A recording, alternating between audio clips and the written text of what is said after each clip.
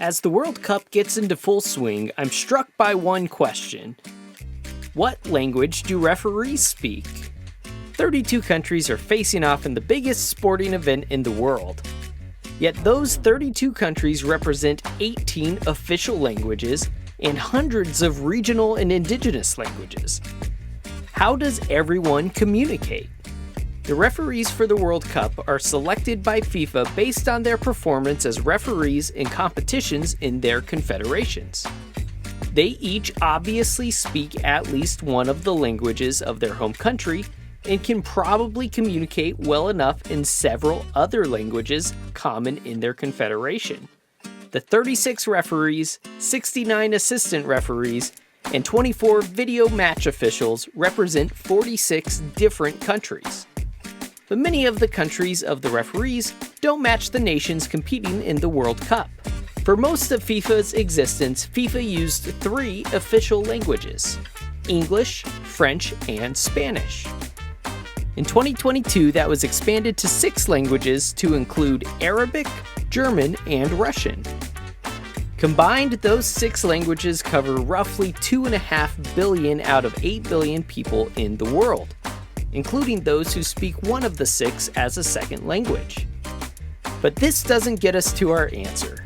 How do referees and players talk to one another if there is a language barrier?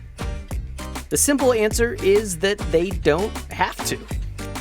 Soccer is designed to be played without needing to speak the same language.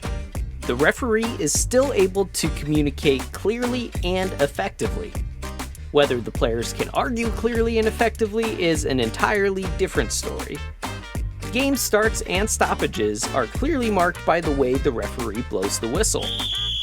Referees use hand signals to indicate goals, fouls, video-assisted replay, advantage play, and whose ball it is after a stoppage. If things get really bad, the referee has color-coded cards to pull from his or her pocket to show the level of displeasure with a player's behavior.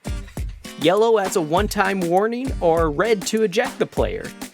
If a referee is displeased enough, they may skip right over the yellow. The assistant referees, meanwhile, mark player position, offsides, corners, and indicate fouls and out of bounds, all with the use of flags. These rules for referees are standardized in every league all over the world. Every coach, player, and referee knows what is being indicated, and there is no need to indicate anything verbally. Now, obviously, a lot of work goes into preparing for the World Cup. The players, coaches, and referees all must be at the top of their abilities to perform well at these high levels. Now, the referees will undoubtedly make many mistakes and controversial decisions, but rest assured that is not because of a language barrier. It's for the same reason that you and I make mistakes. No matter what language you speak or country you're from, we are all human. And that's what makes this global event truly special. Thanks for watching this video, liking, and subscribing. If you liked it, be sure to check out my beginner's guide to the World Cup, explaining how the tournament is structured and who gets to be there. Qatar was, needless to say, a controversial choice for the World Cup.